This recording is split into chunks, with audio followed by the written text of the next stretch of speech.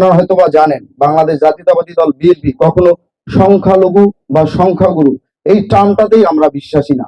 আমরা সবাই, আমরা বাংলাদেশ জাতীয়তাবাদী দল বিএনপির একটাই স্লোগান, আমরা হিন্দু মুসলিম বৌদ্ধ খ্রিস্টান সবার একটাই পরিচয়, আমরা সবাই বাংলাদেশি। আমাদের জন্ম বাংলাদেশে, আমরা সবাই বাংলাদেশি। আপনারা জানেন শহীদ রাষ্ট্রপতি জিয়াউর রহমান তার দল গঠন করার পর তিনি 3.5 বছর রাষ্ট্র ক্ষমতায় ছিলেন এবং তাকে আততায়ীদের গুলিতে তিনি নিহত হয়েছিলেন, শাহাদাত বরণ করেছিলেন।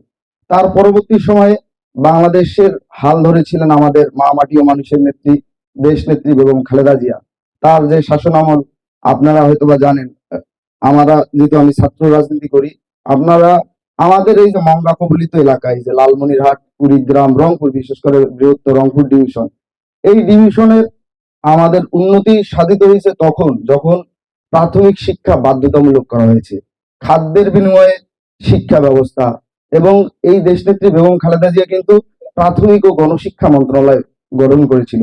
এই যে মেয়েদের বিনা বেতনে বই, তারপর অবৈতনিক শিক্ষা ক্লাস 8 পরবর্তীতে দ্বাদশ শ্রেণী পর্যন্ত বিনা বেতনের শিক্ষা, এটা কিন্তু দেশনেত্রী বেগম খালেদা জিয়ার হাতে ধরে। এই যে আমাদের লালমনিরহাট তথা বৃহত্তর রংপুর এই অঞ্চলের যে আমাদের শিক্ষা দীক্ষার হার বেড়েছে, এটা দেশনেত্রী বেগম খালেদা জিয়ার হাত ধরে।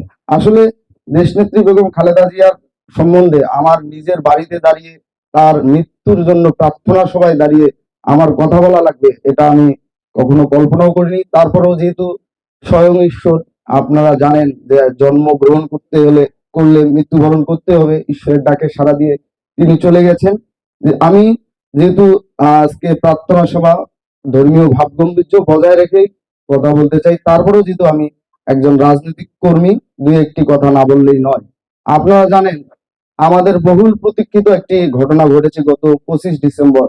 আপনারা সবাই জানেন যে শহীদ রাষ্ট্রপতি জিয়াউর রহমানের বড় ছেলে এবং দেশনেত্রী বেগম খালেদা জিয়ার বড় ছেলে দেশ নায়ক জনাব তারেক রহমান দীর্ঘ 17 বছর নির্যাতন নিপীড়ন সহ্য করে প্রবাস জীবন অতিবাহিত করে আমাদের দেশের মাটিতে আবারও প্রত্যাবর্তন করেছেন।